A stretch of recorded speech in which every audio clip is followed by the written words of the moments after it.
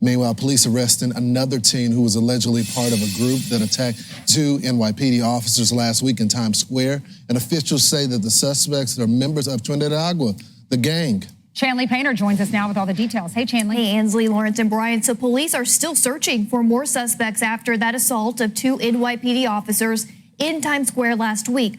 Authorities say the suspects are members of a Times Square gang known as Diablos de la 42, described as an offshoot of Tren de Aragua, the violent Venezuelan gang.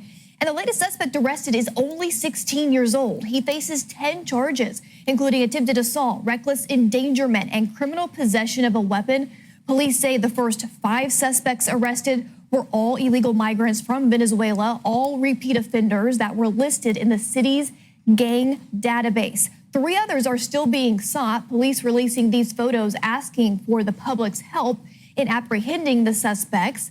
And investigators say the migrant youth gang confronted their victims in the heart of Times Square last Friday, then surrounded them in a, quote, wolf pack style robbery.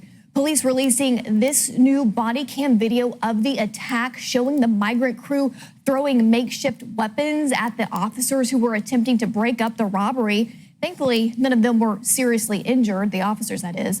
And the alleged teen gang members, though, they range in age from 12 to 19 years old and are linked to dozens of robberies around New York City since 2022, guys, according to police. And Chanley, you're a lawyer.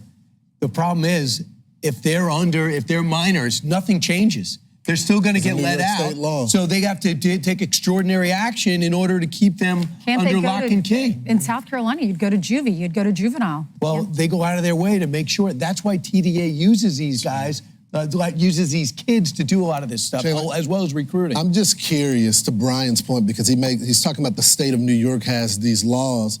Now that the president have declared TDA as a foreign terrorist organization, can the Fed step in now and prosecute these folks since they're a part of a terrorist organization now? Absolutely, they should try that. It's a great point, Lawrence, and that's right. That is why Tren de Aragua is targeting juvenile offenders, because, get this, the police say that these minors have been involved in more than 200 crimes because they get arrested and then they're released and then they offend again and again and again. Only one so far has been charged as an adult because he is 19 years old, but this is a problem. And the mayor's now stepping in. They're going to start cracking down on this activity, guys. Unbelievable. Thanks so much. Meanwhile, we feed them. We give them clothes. They go back to our hotel rooms. Then we give them. And they don't cooperate with ICE. There's a headline 2 days ago in the New York Post. ICE agents turned away from NYPD precinct where migrant teen was held after mob attack on the cops. Hey, can I just say one thing? I don't know if law enforcement will back me up on this, but if you see 2 officers overwhelmed by dozens of others, you have to jump in and help out the officers. 100%. Come on, why are you standing with your back against the building? Can't do it. Help them out. An officer definitely would appreciate it in a time like that. The problem is people are scared to step in because of what's happened to Daniel Penny and others who have tried to step in and do the right thing. Right. There were no cops around. I imagine a cop might have your back. Can't allow the criminals to win, though. By the way, it's underreported. They still are having to do construction for these hotels that they completely destroyed. They're having to gut everything out of because they just trashed all of these buildings. And remember, Brian, they were complaining because they didn't like the food. Yeah. Our taxpayers were paying for them. So then we gave them money cards to go shopping for food. It was an experiment. And keep in mind, the hotel owners don't feel bad for them. They got making a lot of money.